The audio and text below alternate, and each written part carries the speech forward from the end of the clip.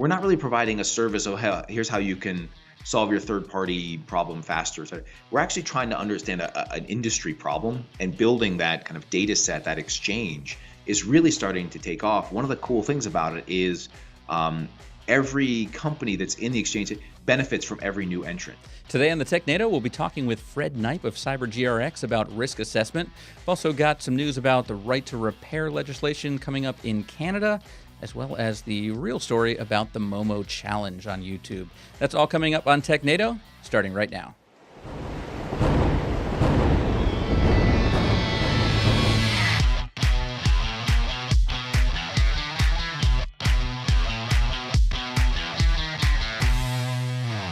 Hello and welcome to the Technado. I'm your host, Peter Van Rysdam, and I am joined as always by Mr. Don Pizzette. And today we've got the old Gingerbeard gang back together. Justin Dennison's joining us. Justin, how you doing? I am doing fantastic. Now that I'm not surrounded by red, my beard is still red, but it doesn't fluoresce like it would as a lighthouse or something like that. Yeah, you're making a bold choice in wearing a reddish shirt. I won't do it. I didn't get to pick this shirt. I got this shirt for free. Okay. And you can't be picky. You don't have to wear it. Not that you don't look great. But it's so comfortable. So this is like Harry Potter, the shirt picked you? Yeah, it did. It did. You want to do the choosing shirt. I'm thinking, you got red. Well, all right, well I guess I'll do it. And it looked into your soul and it found red. Or it didn't because we're gingers. And have no souls. Yep, there it is. Yeah, It's a myth. Well. All right, well, we've got a lot of news today, and we've also got a great interview as well with CyberGRX. That's coming up a little bit later. We're going to talk about risk assessment, which I thought was super boring, but I think it's going to be really exciting, actually, now that we've recorded that ahead of time. I was excited. I was like, risk assessment. I feel like prognosticating. You're like revealing TV magic or something. I think the people know. You're going to vanish. But I am tricky like that. Okay, that's true. Yeah. Yeah. No soul. I'm like David Copperfield. Well, let's get to our first news article, which, of course, is the Bradley Cooper, Lady Gaga performance from the Oscar. No, I'm sorry. No, that's a mistake. That's what I wanted to talk about. This one is actually from Motherboard. It is a right to repair legislation that's being officially considered in Canada. So this is basically where device manufacturers can say, no, you're voiding the warranty if you crack this open, and legislation would make it so you don't void the warranty? Yeah, so there's a couple of takes on this one. A lot of people have been critical of Apple, that they keep making their devices smaller and harder to repair, and getting to the point where they were actually enforcing for a while that if you fixed your own phone, if you broke it and you fixed it yourself, it would void your warranty. Mm-hmm. And so then they wouldn't like replace your battery when the battery died because they said, oh, you tampered with the phone. Anytime you bought a computer, it used to have a sticker on the back that would say, like if you removed the case, warranty void if removed. But there were plenty of times where you'd need to open the case, like add another hard drive, and they would void your warranty for that. And so it was passed here in the U.S. years ago that those little warranty void if removed stickers don't have any legal standing. But the actual right to repair something, if I have an iPhone and I break the screen and I replace it with a third-party screen, right? I can't expect Apple to fix my third-party screen, but if the battery goes bad, I can still expect them to replace the battery. And Apple and other companies like that were refusing and saying, nope, this isn't the original screen. We're not changing your battery. And so finally they basically had to pass a ruling. I think it was here in the U.S., it's the FTC, the Federal Trade Commission that does it. Yeah. And so they made a ruling and just said, no, you're allowed to fix stuff. You guys need to just deal with it. But that's in the U.S. Other countries are going through the same thing, and Canada is getting to see that right now. So they have right to repair legislation. It is actually being considered, has not been passed yet, so it may get rejected. But this is one of those things where not allowing you to repair a device specifically benefits the corporations, not the people. John Deere, the tractor, we're going to get a little off from our high-tech stuff, but they've done the same thing where now they will not allow you to use third-party parts in their tractors, and they have software that makes, like the BIOS or whatever for the tractors, and they won't give you the access to that software. So if you replace a part, it just won't work, and then the whole device is dead unless you use official John Deere parts. So that's the world that's kind of getting created, and the government's having to step in to break that up. How does this affect some of those like third-party repair shops? Does that affect any of the? I mean, whether it be in the United States or in Canada, Because I know I've called them and they're like, yeah, we'll repair it. Does that have any bearing on that? They don't really care because it's you, the consumer, that gets affected. So if you went down there, I'm sure they'd fix your phone. And I've had a screen replaced. I had a Samsung Galaxy S8 that needed a screen replacement, and I took it down to a place in the local mall, and they repaired it, did a great job. It looks wonderful, but it's not an actual Samsung pane of glass on the front anymore. So they don't care.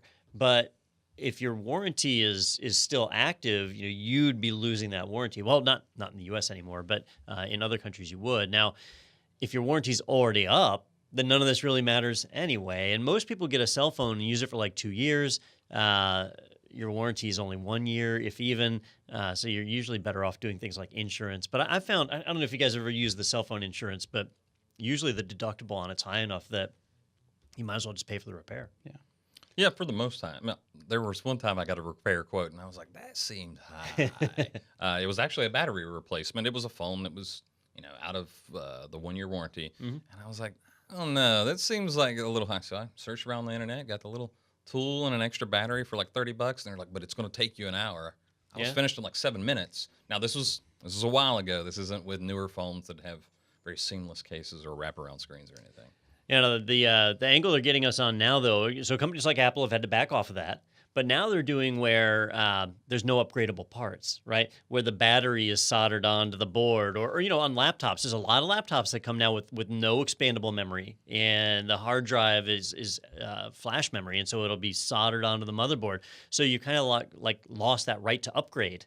And if you have a hard drive fail and it's mounted on the motherboard, now you've got to replace the motherboard. So even though you're allowed to repair it, it might be cost prohibitive, and it benefits these manufacturers to do it because then you're just going to buy a new device, which is when they make money. They don't make money when you repair your own device. So if you're, if you get poutine in your in the speaker port on your iPhone, or if you're having some some mayonnaise drips off the fry into the charging, thing, you're all set. You're a monster for saying mayonnaise drips off the fry, but if I had a nickel Canada, for every time that poutine dropped into my speaker, 15 cents at least. Yeah. Well, they make the beaver pelt keyboard covers, right? That's true. Yeah. And now we're tiptoeing into the territory of, we got to stop. Yeah.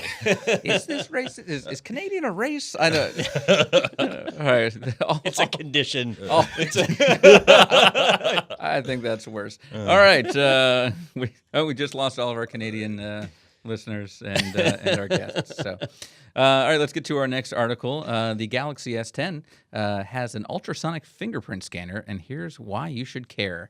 This is from CNET, and so the question they ask here is, what's an ultrasonic fingerprint scanner, and why is it good?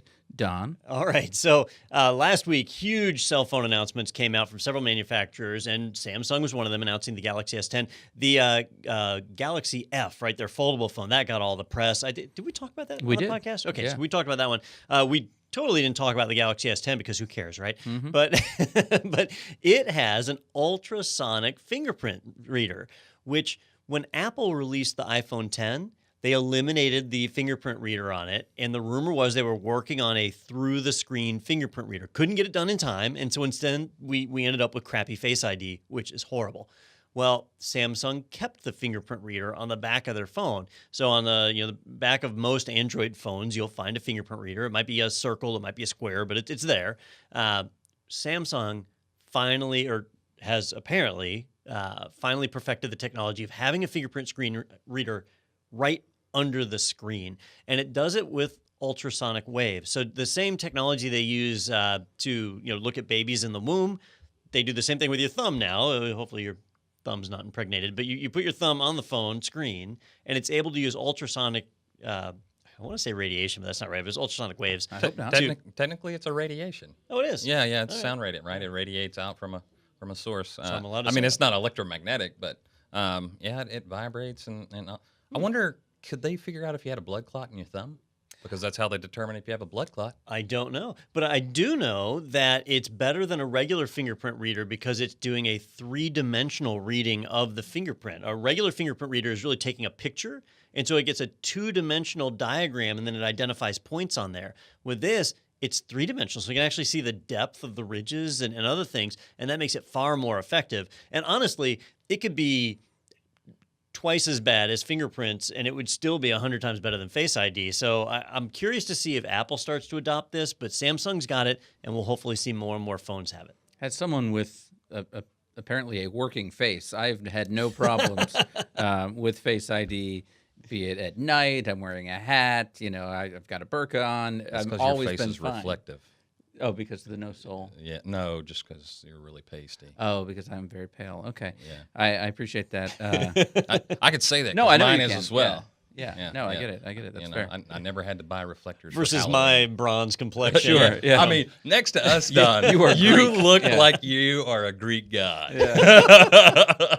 Then it's that chin, Yeah, the yeah. jawline. So I just love the third-party apps that this could open up with. You can do your own ultrasound at home. You just rub the phone. Yeah, rub the phone on the It'll tummy be there. worth all the other electromagnetic radiation, possibly.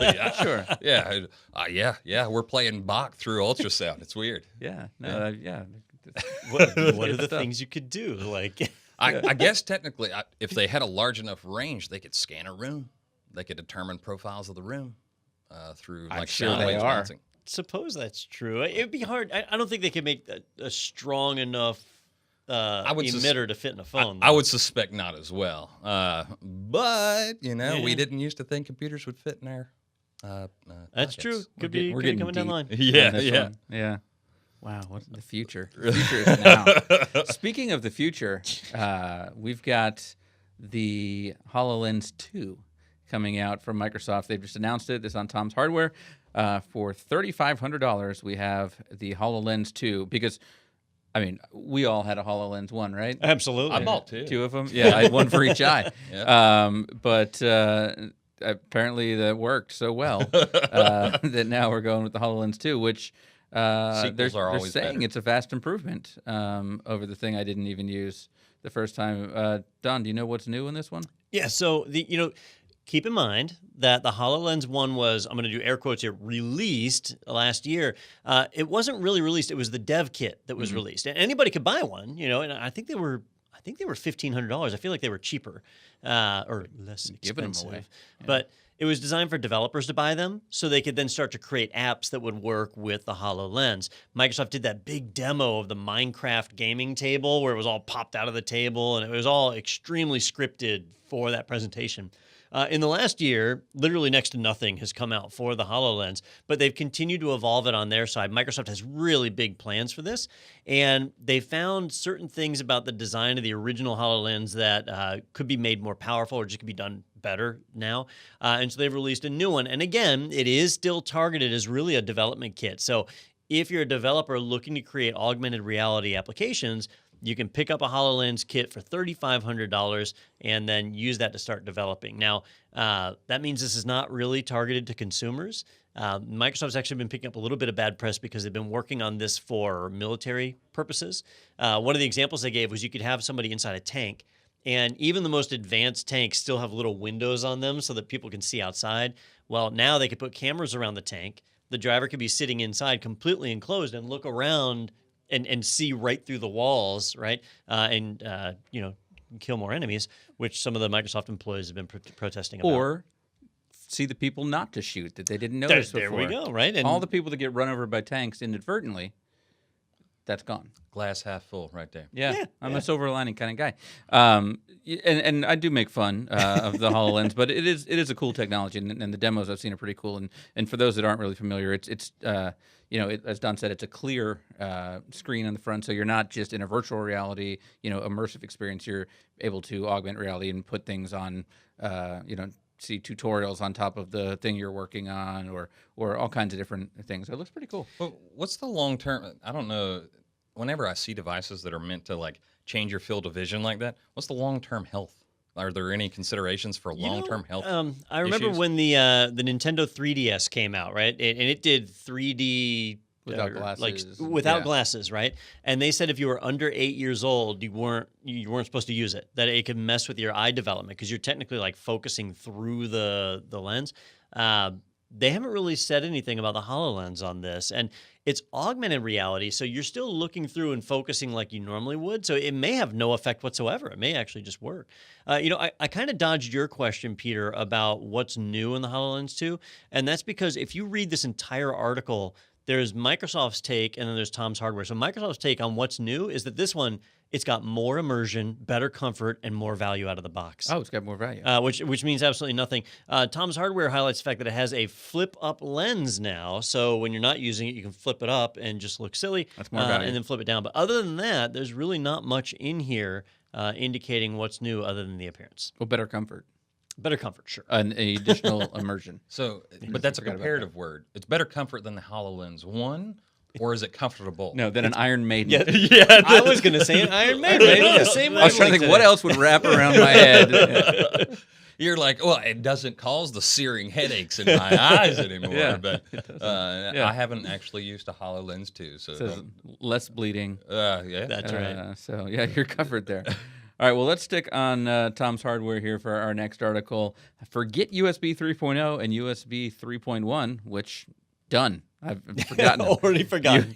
What are we talking about? USB 3.2 is moving forward. So, yeah, it's just naming stuff? What is going on here? It's somewhat frustrating, right? Because the world is supposed to be moving to USB-C, and everything's supposed to be nice and consistent, and it's just one port now, right? But they've totally screwed up USB-C, because sometimes you have a USB 3.0 or 3.1, sometimes it's Thunderbolt, sometimes it's got the display link. There's just so many variations of USB-C right now. So what they're doing is they're moving forward with USB 3.2, and they're trying to roll all that stuff together. So there's a consistent implementation of this is USB 3.2. So in previous years, they had where you have multiple levels of compatibility. This time, they're trying to roll it all together to collapse it into one. This is a hardware change, so this is not going to happen tomorrow or next month or even over the next year. But probably towards the end of 2019, we'll start seeing devices come out with USB 3.2 ports and eliminating all the previous versions, so you won't see 3.0 and 3.1 anymore. It is somewhat frustrating, but there is some benefit to it. One big thing is the increased speed. So with USB 3.1, they have the marketing term of super speed USB 10 gigabit. Ooh. And with 3.2, it's going to double to 20 gigabit to make it a little more competitive with Thunderbolt. Thunderbolt can still do more, so it's a faster technology. But with USB 3.2, they've kind of narrowed that gap a bit. And so that is all going to be coming later on in this year. One USB to rule them all. All right. Well, technically, you'd still be compatible with USB 2 and 1.1 and... Sure. But what about USB-C? Could I put a USB-C in it? Most likely, yeah. I'm joking. They're like, all right, so wait a minute. This is USB 2's USB-C. I need a 3 to 2 connector. I'm being facetious, but all joking aside, it still doesn't solve the problem with Thunderbolt. Yeah. Because you might have a USB-C port that's USB 3.2, but not Thunderbolt, and so you end up with some devices that won't plug into it.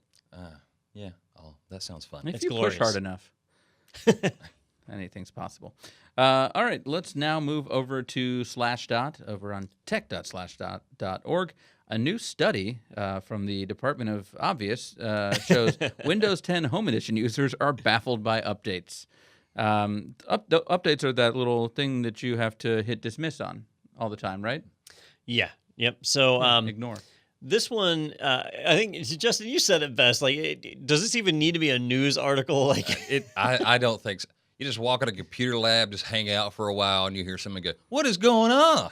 I've in class teaching with computers. I've seen it so many times. I go, "Well, what's going on? Why aren't you typing? What's going on?" Yeah, so my computer's doing updates. I don't really know why. It just said shutting down now and applying updates. Even the good users, right? If you find the ideal home user, somebody who absolutely does their updates religiously, maybe they even do it manually every night, they do the updates.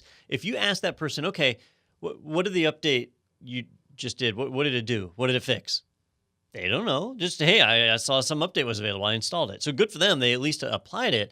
But Microsoft does not do the greatest job of communicating out what the updates do. At least not to non-professionals. If you're a professional, you know you can go to the TechNet site, you can pull up the knowledge base article, it tells you exactly what's changed, you get an idea. In an enterprise environment, you would then test that update, make sure it worked appropriately, and then roll it out to all of your clients using WSUS or System Center Configuration Manager or some other utility like that, right? That's how it works in enterprise space. For a home user, though, they're not going to do all that. That's stupid. and not only do you have your operating system updates, you have all your application updates. They're just going to click to either do it or not do it.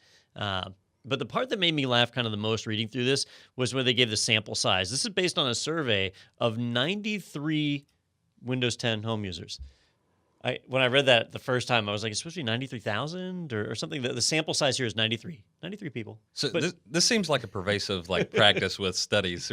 I've seen this many times. Sample size of 13 people. Yeah. And I'm like, that's not a sample size. That's an office poll. I asked my mom, and she didn't know. Yeah, so. yeah, we just ask all of our parents. Or I was at a family gathering. It's like, hey, Windows updates. No one? Cool. Yes or nay? Yeah.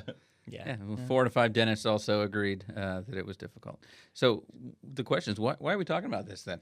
All we've done is make fun of this story. So the reason we're talking about it is that Microsoft just announced last week that they are changing the naming of their update structure, so at least people will understand what update is about to come down the line. They have gotten a little bit better with their build numbers and things so that we know the year and the month, but they still haven't done a great job of identifying what these updates happen to be. Thing is that you actually can learn a lot about the updates that are applying in your computer. In Windows 10, if you go into your Windows features screen inside of settings, you can pull up a list of the updates that are applied. You can click on them and they link to the article. So you can learn more about them if you want, but this is an area where we're hopefully going to see some improvement, some more transparency as far as what these updates are. You know where they do a good job with this stuff? Is in the App Store. Like if you go into the iOS App Store or the Android App Store, whenever somebody pushes an update, they always just do a little blurb in there and say, this is what we just fixed. We need to start seeing some things like that inside of Windows. I don't know if the iOS App Store requires that, but I mean, I see that for a changelog and anything that I'm using. Mm-hmm. Changelog's published, but you do see that I set up automatic updates, so I don't have to worry about it. But if you're physically updating a particular app, it says, in this version, we have fixed this bug that does this. We have added this feature. Is there anywhere that you could, if you were so inclined, to go find that about respective Windows updates? Like, is there an easily searchable one? Well, there's the TechNet site, right? So technet.microsoft.com, that's where they keep track of all of that information. But you threw the word easily in there, so that kind of ruins it. But yeah, that's where I would go. Okay. Yeah, Project says, made updates to Windows. Again. Wait, I'm not there. I'm not programming any of this. Yeah. All right, well, let's get to our last story before our interview, and this is a kind of weird one. It's kind of our wacky story of the week, but it's not really a funny one per se until we get to that kind of the second half of it. But so this one's over on metro.co.uk. Girl 6 describes Momo could be in your dreams or she could kill you. So there's this Momo challenge thing going around. I actually heard about it from my daughter, too, where they were talking about it at school, where allegedly during these YouTube kids videos or even on regular YouTube, there's seemingly harmless children's videos that then in the middle there's a threat or someone teaching you how to commit suicide or harm others or things like that. And it's been getting buzz. I mean, you've got Kim Kardashian's tweeting about it to all her followers. Every parent is talking about it. But it might not be true. That's what you said when you looked this up here. Yeah, the one that you gave an example of the suicide story. That was detected by I believe it was a doctor of some sort, and their child saw the video and they happened to see it. They reported it to YouTube. YouTube took it down, and that was inside of YouTube Kids. So what's supposed to be curated content. Okay, so that was real. And, well, as far as we know, since it was taken down, it's hard for people to verify whether or not that actually existed. So now this Momo thing comes out, and there appears to be literally no evidence on this. In fact, we have that next article right here, which is Momo is not trying to kill your children. Yeah, good look to know. At that thing. That thing is creepy. For those of you just listening, this is it looks like a Tim Burton character. Yeah, you know what Beetlejuice. it looks like? Yeah, Beetlejuice. I was getting ready to say it looks like Gina Davis when she jacks up her face. Yes. Yeah. Oh, she like hinge her jaw. Yeah. But yeah, so they're saying now it still could potentially be true, but nobody's been able to find this content that people are warning about. And this is one of those things where Well, maybe it is a hoax, but what if it isn't and you don't address it like at school or whatever it may be? Because this came up in the office, and my mom asked me about it. And I was like, I haven't seen anything like that. I went searching for it. I was like, I want to see it. I was not able to see it, and it appears that a lot of this is like, I heard it from a friend who heard it from a friend who heard it from a friend who. You've been messing around. Yeah, It's like the modern version of chain letters, right? I think we're old enough to remember chain letters. You get it in the mail, it would say you need to forward this to 10 friends or bad things will happen to you, right? Which was all just BS. You throw it in the trash, but people would forward them along. Well, now you have this, like somebody makes up the Momo challenge, and I warn you two, and then you warn other people, and then someone will go out and make videos that actually, fulfill the prophecy. And sooner or later, somebody with some credibility retweets it, right? Like in this case, it was Kim Kardashian, someone with credibility. Absolutely, who is the measuring stick of our day and age. I am really confused right now. I am taken aback. All right, so just to clarify, because my question then was, well, what the heck is this picture that I'm looking at then? Momo is a sculpture created by an artist whose name I won't destroy, from Japan, from a special effects company called Link Factory. So the artwork is called Mother Bird. So it's an old thing from 2016. So that's what the image is. Okay, so, good to know. Someone saw this and said, yeah, that's the kind of thing that would scare the crap out of children. And my daughter did sleep in my bed last night because of that picture. Well, that picture is creepy. It is. But I went and tried to find it, and it appears that this has come up a little bit, probably about mid last year. Like someone was like, oh, that's the Momo thing, or whatever it may be. This calls me to commit suicide, or someone said that. But again, I never could find someone, right? There was a 6-year-old in the first article that was describing her experience, but which Don is saying is a liar now. Yeah, right. Kids are impressionable. I couldn't find anybody who's like, yeah, I saw it. Now that doesn't mean that it doesn't exist, right? But So apparently this is a new category we have called the viral hoax. And so, it's a hoax, but it goes out. And we used to be able to rely on sites like Snopes.com. They would report on whether something was true or not. But that was back in the days when this was propagated by email. But thanks to social media, it propagates way faster. I didn't even think to check Snopes. It is on Snopes. It is? Yeah. And they also were like, we could not find any like firsthand. But I will say, regardless of the fact of whether or not this was a hoax, people will make videos now. Absolutely. And so you'll be able to say, see, I found this video. Well, it was posted in March. This almost makes me think somebody was like, I'm not getting enough video views. I need to send out something so people start scouring, and maybe it'll at least... Fear works? Yeah, fear is an appropriate Oh word. my goodness, the full picture is even creepier. Yeah, the It's full got, like, picture is super bird creepy. legs or something. Yeah. Now we're all going to have nightmares. Why would you even put that on your that's screen? part of the Snopes article. That's disappointing. All right. Well, I think the key is if you do come across anything like that, definitely report it on YouTube, flag it, and they're pretty good about taking those things down once they're made known to them. But chances are you will not see it because, as Don says, that 6-year-old is lying, and it's a big hoax. So there you go. Good times. All right. Well, let's get to our interview. I don't have a segue for this again. There's just repeated times because we always come from a ridiculous article. Sculptures. Yeah. I believe that was an image of our next guest. Is that right? No, is that not it? No. We've got Fred Kneip, who's the founder and CEO of CyberGRX, and we're going to be talking about risk assessment and making that process a lot easier. And I didn't realize how big of a problem this was for us, but we'll find out, and you'll hear more about that coming up right after this on Technado.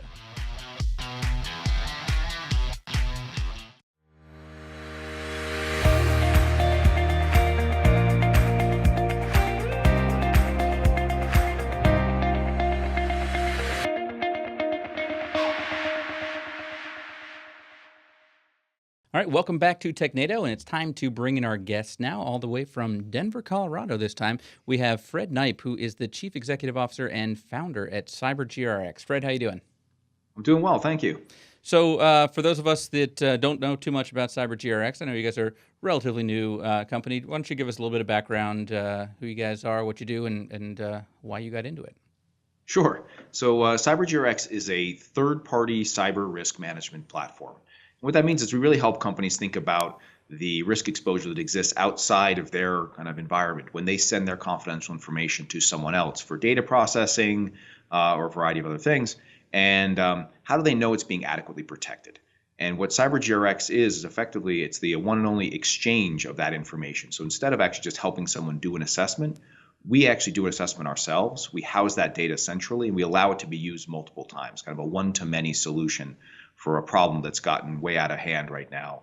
Today, just to put things in perspective, company ADP, the payroll processing company, they were assessed over 4,000 times last year. So it's a complete waste of time, effectively, as people are constantly doing these assessments. Typical Fortune 500 company has between 5 and 10,000 third parties that are looking to assess in some way. We're helping to standardize that approach to drive efficiencies in that process. So, what led you to start this company? Because usually that's probably a good story of either you saw other people fail at this, or saw an opening, or your last place didn't do this well. So, what led you down this path? It's interesting. It's a combination of both of those things, actually. But I wish I could take credit for the idea. The original idea actually came from a gentleman named Jay Leak, who was the Chief Information Security Officer at Blackstone at the time. I was running security at a firm called Bridgewater Associates, which is a large investment firm on the East Coast. And I actually saw this problem firsthand. We were going through assessments of our third parties. And one of the things that we did is we would do an assessment when we brought them on, but we wouldn't follow up. We wouldn't say. So some of them were 7, 8 years old, and we had no idea what had actually changed or stayed on top of that. When I left Bridgewater, I spoke to Jay, and he was thinking about this concept that became CyberGRX.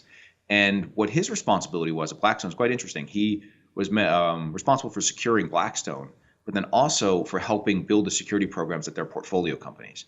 And so he was holding kind of monthly calls to talk through major issues, et cetera. And it kept coming up that companies could not scale their third-party program to manage the kind of growing ecosystem of providers that their businesses were demanding. They're outsourcing this now. They're using this new AI tool. They're using 27 new law firms or whatever it is. And the security team wasn't built or staffed to be able to do the assessments in an appropriate time frame and process that information. Jay's idea was, okay, there have to be a lot of common vendors across the Blackstone ecosystem. Why don't I do a single assessment at Blackstone and then share that with the whole group? And he did a quick poll, and I mentioned ADP earlier, of about 100 companies he polled. 80 of them were using ADP, and 50 of them were sending a team to ADP on site to do a validated assessment every year at, I won't go through the whole cost, but at meaningful cost. And basically said, this is ridiculous. Why don't I do that assessment here? That alone saves, pays for this whole program.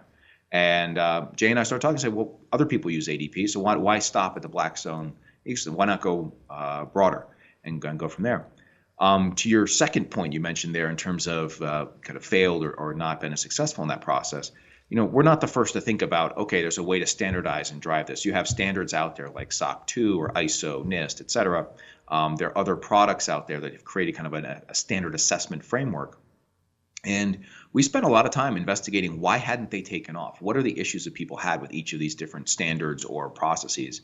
And there were a variety. It wasn't one kind of silver bullet type of situation, but a variety of things that consumers weren't looking for just a certification. Yes, no, they're good, bad. They want to go into the detail and granularity. So just a stamp certification wasn't good enough. The other issue that was actually really interesting is the vast majority of these programs really didn't pay attention to the experience of the third party, and they overburdened them with a lot of the pain and cost of doing this. And so, you're Blackstone, you call up a random small company and say, I want your SOC 2. They have to spend, $60,000, $70,000 to get that done.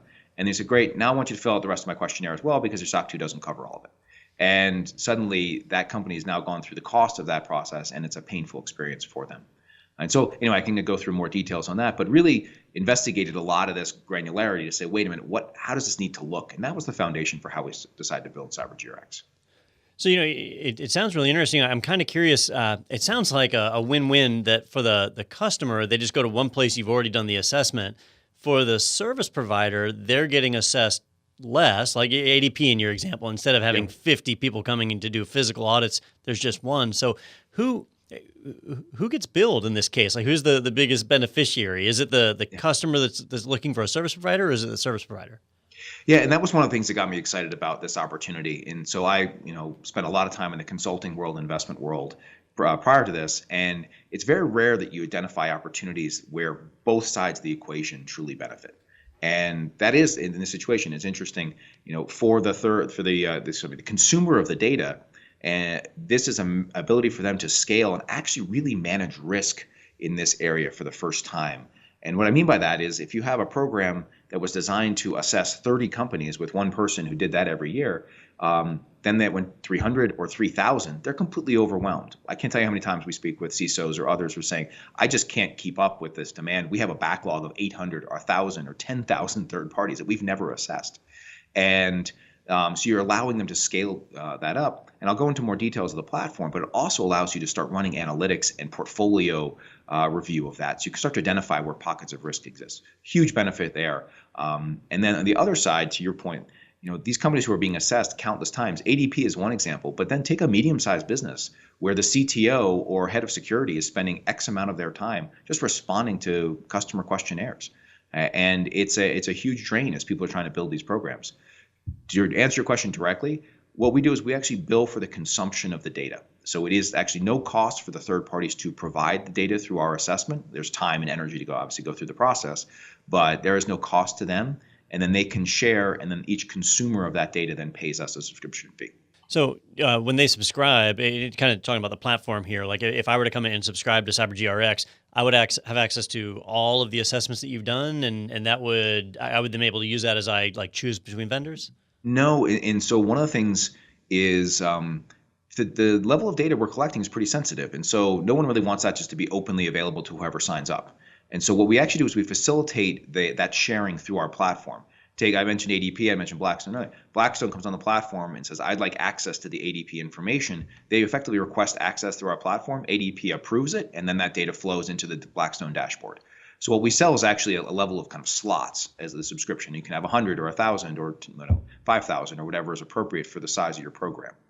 Sure, and I assume that's done under like NDA or something to keep the data private? We have passed through NDAs effectively so that we provide that confidence and safety for the provider of the information to feel comfortable sharing that, not just with Blackstone, but with anyone else who requests through the platform who is one of their customers. So now, for our viewers that have maybe never heard of you guys, right? You are a fairly new company. If we've never heard of you, how did you go about building credibility for your organization to say, because effectively, like instead of doing my own assessment, I'm trusting your assessment. So how did you overcome that hurdle? Yeah, so a variety of ways. Going back to that original kind of research to understand what was necessary for the space, we built CyberGRX with several design partners. We went out and interviewed a variety of CISOs and other risk managers who are well known in the industry, who had the budget to build strong and kind of industry leading programs, and were out there recognizing that this problem needed to be solved with a collaborative effort of some kind. And these were people like Jim Routh at Aetna or Roland Cloutier at ADP, Phil Venables at Goldman, and others who kind of got together with us and walked us through their risk program and said, this is what we do to make a risk-based decision. And so once again, not necessarily a regulatory goal here, but actually a risk-based decision on how would they move forward this, how would they inform their third parties, how would they inform their business on what to do with this third party. That's how we built the assessment approach.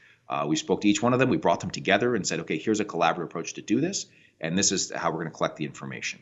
So that gave us the kind of credibility with these large brand name companies as our first customers and helping drive volume on the platform. The other piece of this is we then went out and some of our earliest customers on both sides were kind of industry leaders who people would then follow. So taking that, but then we went out to some large retail companies and some other large healthcare companies and large financial services companies and brought them on the platform because their third parties would respond to them and they actually recognized the need to grow this way. And then we went to people like Salesforce and Workday and Iron Mountain and Tech Mahindra and Cognizant and others, and they came on the platform as our first assessed third parties. And so you have that combination there to kind of seed with the large, well-known brands, and then that filtered down to now, our exchange has thousands of smaller companies on there as well. And that kind of leads to my question. So who is the target customer for you guys? I know you mentioned a few different customers that you'd worked with, and I mean, it sounds like maybe people that are in healthcare, financial services, people dealing with a lot of data, a lot of sensitive data might be good targets. But if there's an ideal size of customer, who is it that you're going after? Yeah, well, I think what's interesting is, and part of the way we built our assessment is to be effectively universally applicable. And so when we went and built this assessment with our design partners, we then mapped it to a variety of regulatory standards to understand, make sure we're covering. So we looked at PCI, HIPAA, NERC, FERC, et cetera, and just said, well, let's cover everything that's out there to make sure we're covering the data collection of those. Not necessarily every single question on NYDFS or whatever it is, but do we actually understand what they're looking to do in this data set we're collecting, kind of help you answer that conceptually. And so once we built that out, the benefit to the assessed third party is our assessment can now be shared with a healthcare company or a financial services company or a industrial company. And so that allows us to have a pretty broad breadth of sharing. To your question, though, the people who really focus on third-party risk historically have been those who are in regulated industries. So obviously financial services, healthcare because of HIPAA information, retail because of PCI, and then as you can see a lot of traction right now in terms of critical infrastructure and the utility space and others are starting to pay a lot more attention. And so we have customers across all of those sectors. Interestingly, though, third-party risk, one of the things that's been kind of helping CyberGRX really grow is if you look, you can see data anywhere between 50, 60, up to 80% of reported breaches today involve a third party in some way. And so that's making people pay attention. When you have, I hate to say it, but Target was really a powerful movement here because you not only did you have a small third party that allowed a large organization to be compromised, but you saw executives get fired as a result of it. And that's when executives start to pay attention. Like, wait a minute, what's my exposure here? And that's been driving programs. So we have customers literally in every sector that you could imagine, ranging from hospitals to education to metals and mining to obviously financial services, healthcare, and others. So it really is kind of across the board. You mentioned Target, and there have been a number of stories that have come out of Target and that the breach. Many of them attribute the breach to the, I believe it was air conditioning maintenance or HVAC. Fazio maintenance or whatever it was called, yes. So are you guys going out and performing assessments on, in that case, like the HVAC companies and contractors? So if you think about the journey a company should go through in terms of managing their third parties, first thing you have to do is actually know who third parties are. I say that somewhat in jest, but actually well over half of the companies we work with, that they actually don't know that. That's the first step. And so they have a good sense of it, but they're like, well, I think there are a couple other things that our IT department's using or whatever it is. But once you know that, it's not a one-size-fits-all approach. It's effectively recognizing here are the ones that I know are critical. I'm sending all my most confidential information to kind of a medium down to a lower risk group. The reason I say that is we're not saying, okay, here's the same exact assessment that you would do on AWS that you would go do on Fazio air conditioning. But you do need to recognize how do I rank them? How do I determine who is the higher risk to me? And interestingly, historically, the default people have gone to is who do I spend the most money with? That has to be someone who's important, but that could be a cafeteria services provider or who else, And so it really is actually going through an inherent risk ranking process where you say, who do I share confidential information with? Who do I provide network access to? Who do I give credentials to? Who do I allow on site? Et cetera. And that would flag companies like this HVAC maintenance company who was able to log into their network to run diagnostics on HVAC machines, but also because of some of the elements of the structure of Target's network, was able to move laterally into some of the other more sensitive areas. All right, let's talk real quick about the customer experience on this. And I'm trying to think about me personally. At IT Pro TV, we get those questionnaires on at least a weekly basis, and I'm always I get two emotions when I get these questionnaires. First off, I'm like, oh God, another questionnaire. But then on the other side, I'm always really interested to see because everyone is different. I've never received the same questionnaire twice. They always have different questions. They're asking for different information. It's super frustrating as a company to complete those things. So if we were to engage with CyberGRX, right? So you would perform an assessment on us. You would gather all this data, and you would put that together into your platform, and then we could steer people to you. So if they want to do an assessment to us, they would actually go to you, and you just provide them the information and they basically plug that into their own questionnaire, or they just take your data and use that. How does that normally work out?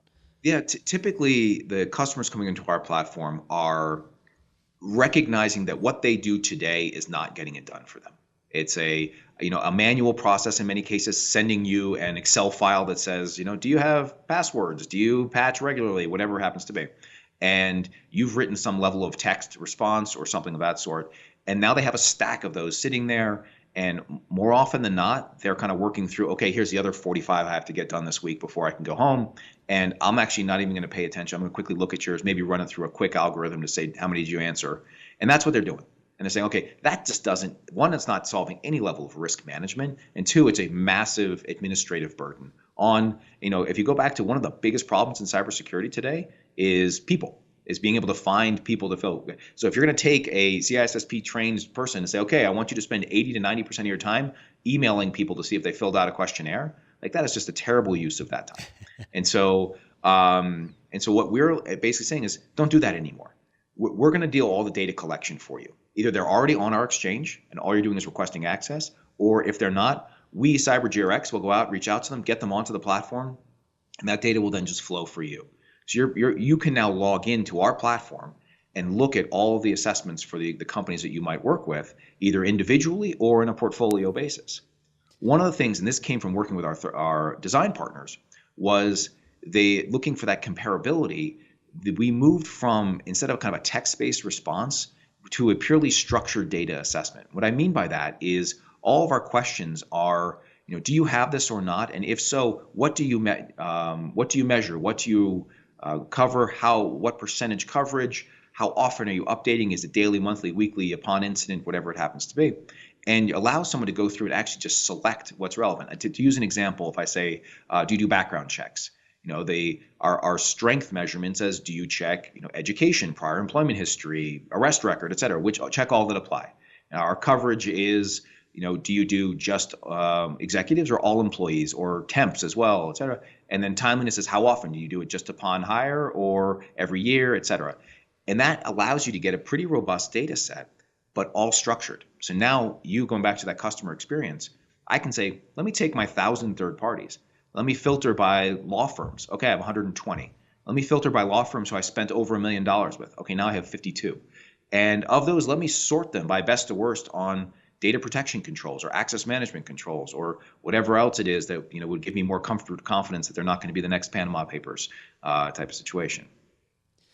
So what happens, I'm thinking of this one scenario. A couple of months ago, we got one of these questionnaires. It was 26 pages long. It was a record for me. It was insane, the amount of information they were asking for. So I have to imagine on a fairly regular basis, you get a customer who wants, maybe it's just one extra question, one thing that's not in your assessment. So how do you handle that? It's interesting. It came up a lot early on, and that has diminished. Part of as our name has gotten out there a bit more, but also I think just as people start to adopt the platform. Interestingly, you're right. A lot of people have pride of ownership of their assessment framework, particularly when you go to some of the largest banks. They've spent decades building this thing out, spent tens of millions of dollars to get to the exact perfect question set. When you dissect some of them, it's kind of remarkable. We actually have come across it to ask about dial-up modems. And so it just gives you a sense of, okay.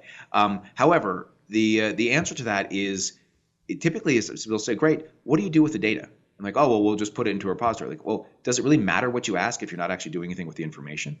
And then we'll say, look, use our assessment. And instead of going and asking 100 or 26 pages of questions, instead of asking 100 questions, use our assessment for 97 of them. And now all you have to do is ask 3 questions. So your team only spends time doing those few 3. What we found in those circumstances is probably within a few months, they realize they don't need to ask those 3 and they've got the information they need. And it's just so much more scalable to move forward with us.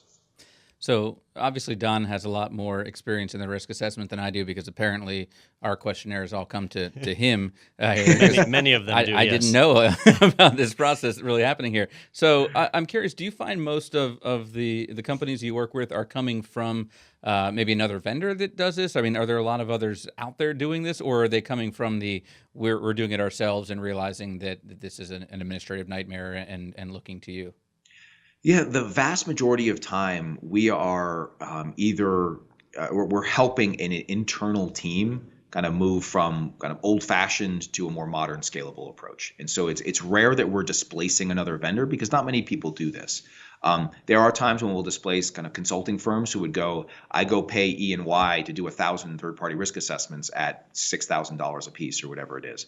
And so we'll displace that because they can now basically collect that data themselves. There are other products out there that help people automate and become more efficient running their own process.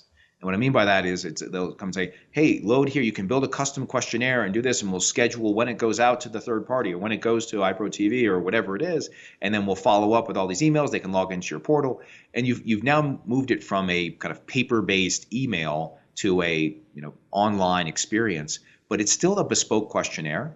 And so you haven't really solved that underlying problem. You've just perpetuated the kind of a little bit better version. It's a little bit faster horse kind of thing. And so no, we're really not in bake-offs or real issues out there very often. 9 times out of 10, it's a team that says we can't possibly scale with what we have today. I mean, to give you an example, literally this morning, the company said we have 2,000 third parties. We've assessed about 600 of them are cyber relevant. Of those, about 300 we know we need to be doing assessments of. We've got one person, and she did 27 assessments last year. So I know I have a huge exposure that I've never addressed. And not to mention, we're getting 10 new ones every month from our business. That was an easy layup for us. Kind of right on our platform. We already had half of their companies on our platform. And then it's a very easy process for them just to go right in. That same person can now cover that whole ecosystem. You don't have to hire new people, and you can actually start to run analytics on your portfolio versus just trying to keep up. And you guys are a lot cheaper than a breach, I imagine, too. So I like to think so. It's an easy sale. Yeah. So we're talking with Fred Kneip, who's at CyberGRX, and you guys are going to be at RSA, which probably for a lot of people that are listening to this podcast is coming out right as RSA is starting. So do you know where you guys are on the floor? Or? I probably should, but I don't actually know exactly. I know we got a little bit bigger booth this year, and pretty excited for that. And so would love to see everyone there as they get a chance to come by.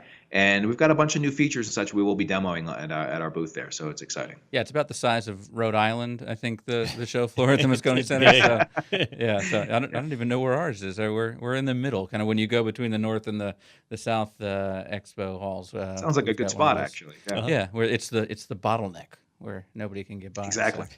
Yeah. So you guys are going to be doing demos and things, you said, in the booth? Yeah. No, we've got a whole team there. And last year, RSA, so we were in the RSA Innovation Sandbox last year. Yeah. And so that kind of completely overwhelmed our small booth last year. So we've expanded out to a bit larger this year, and pretty excited for the meetings and such that we've already got set up. Is the Sandbox, is that the one, the smaller, the startups over at the Marriott? Yeah, so there's kind of two versions. There's one is I'm trying to like kind of an early stage kind of showcase, and then what the Sandbox is they have a panel that picks basically of the several thousand companies out there. Here are 10 notable startups to pay attention to. It's a 3-minute presentation to an audience of a couple thousand people, and then you're judged at that time.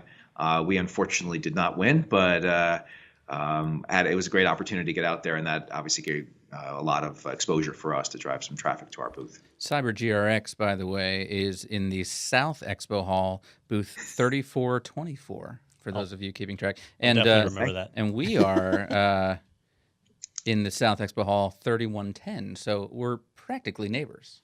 I think so, yeah. Yeah, they both have 3s and 0s. Yeah, and you guys definitely had to move out of the startup hall, right? Because you've had an insane amount of growth over the last year. You know, I'd asked about credibility earlier, but I think your growth numbers really kind of answer that. Yeah, and that's what's neat about our network, really. So if I come back to what we're doing, we're not really providing a service of here's how you can solve your third-party problem faster. So we're actually trying to understand an industry problem, and building that kind of data set, that exchange, is really starting to take off. One of the cool things about it is every company that's in the exchange benefits from every new entrant. What I mean by that is if you are assessed on the CyberGRX exchange, every new customer, every new consumer of data we bring on is another potential assessment you won't have to complete that year. And so, we have some companies who've shared 50, 60 times. And so that's literally offset the need to respond to 50 assessments. That starts to become really valuable. Awesome. And so they're pushing, and a lot of them are actually working with us to reach out to their customer base to say, how can we get them onto the platform so that they don't have to respond to them? The other side of it is interesting is if you're, if you think about running, looking at your historical portfolio is one thing, but if you're moving forward, and this is one of the things I dealt with at Bridgewater, is business manager says, okay, I want to go live with product X in the next month. We need to do a security risk assessment. And I'm like, great, that'll take us, 6 weeks. And he's, no, impossible. You're impeding business, et cetera. And it's a battle. And so as fast as you can go, if they happen to already be on the CyberGRX exchange, it's a matter of hours. And you've now got all the data you need to do to be able to give that decision and move forward.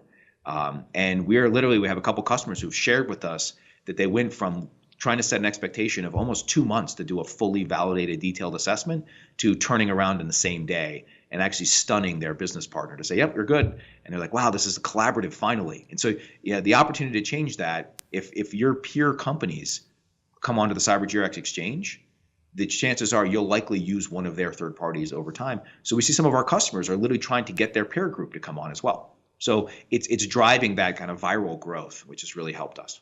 Hey, how long is that onboarding process for a vendor? So if a vendor wants to get listed on the exchange, that way their customers can just rapidly get that. Is that a month, a year? How long does it take? Because you would actually have to go and perform an assessment, right?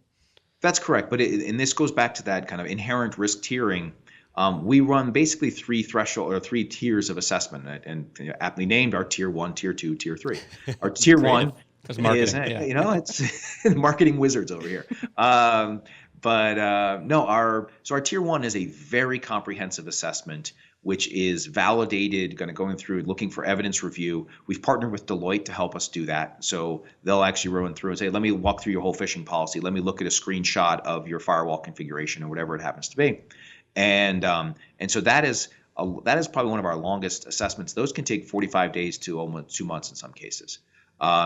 Now, when you move to our tier 2 or our tier 3, it's an abridged version of that assessment. It's a much lower cost product. And our tier 3 is a self-attestation, so it's not validated.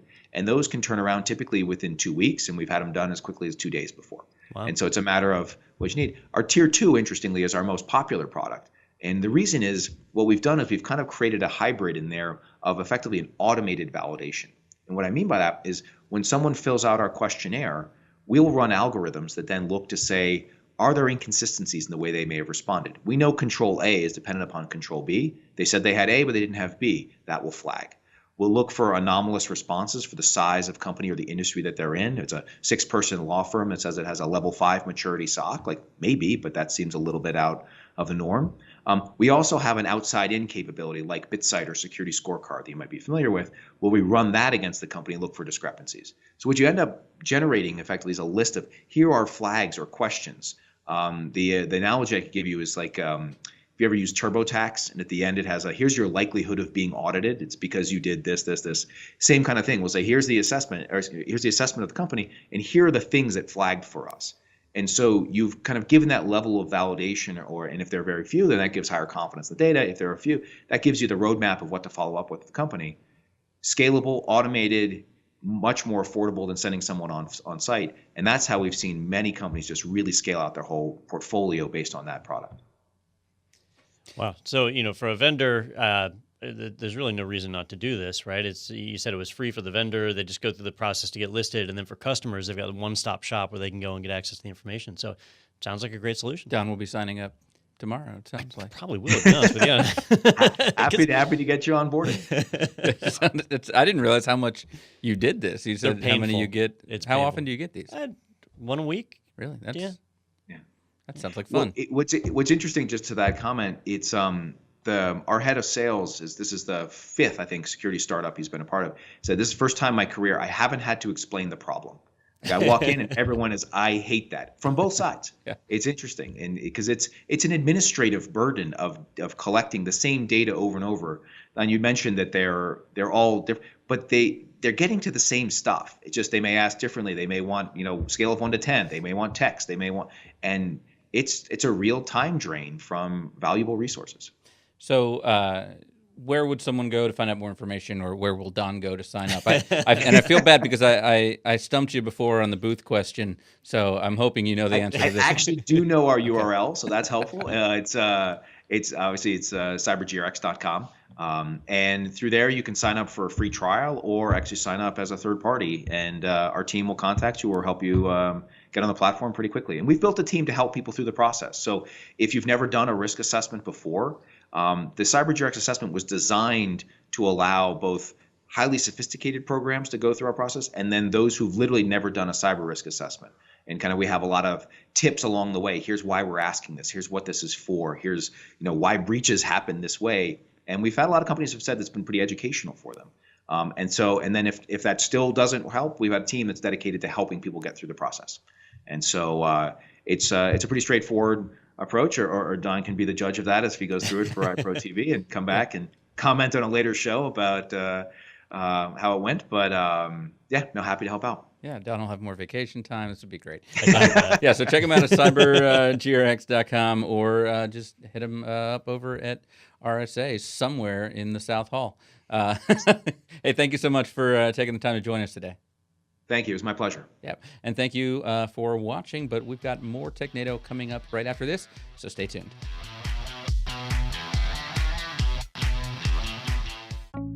My name is Dana Morrison. I'm the IT director at Grace Christian School in Raleigh, North Carolina. IT directors often hoard so much knowledge that it's hard for their team members to learn. IT Pro TV has given us the ability to level up our technicians to a point where they can decide this is important for me to learn. I would recommend IT Pro TV to any IT team. It's just a great tool for any IT professional. All right, that was really interesting stuff. And Don, like I said, I didn't realize that's something that we actually face all the time here because it doesn't affect me. Yeah, I'm the privacy officer for the company, so I have to deal with those, and it sucks. Well, it sounds like we've got a new plan moving forward that we might be checking into there. Hey, before we let you go today on Technado, I wanted to let you know about a couple of things coming up. We actually just had a webinar today on the 8 steps to a successful cloud migration featuring the two guys here in this room, but that's going to be up on the archive very soon over at itpro.tv/webinar, so you can check it out there if you missed it today. I've also got the next one coming up on March 14th. That's a Thursday. The Undead of IT, supporting legacy systems. Those pesky systems that just won't go away, and you still have to support them, even though the support has run out. So Adam Gordon's going to be hosting that one for us on Thursday, March 14th at 2 p.m. Eastern Time. So, like I said, itpro.tv/webinars. Go check that out and sign up. And also, if you're interested in learning more about IT Pro TV, well, we'd love to have you over at go.itpro.tv/Technado. I've got some information about personal memberships as well as business memberships. Just had a pretty significant price decrease to pass those savings along to you. And we've also got a 30% off code that can help you make that price even better. So head over to go.itpro.tv/Technado. Get that code, work for the lifetime of your subscription, and you'll be saving for years to come as you continue to learn. Well, thank you, gentlemen, both of you, for getting right out of that webinar and teaching us about the cloud, and now teaching us about Momo and risk assessment and all these all in a day's work. Weird things. It has been a whirlwind today. All right. Yep. Well, rest up. I will try. And you too at home, rest up. But thanks for joining us, and we'll see you next time right here on Technado.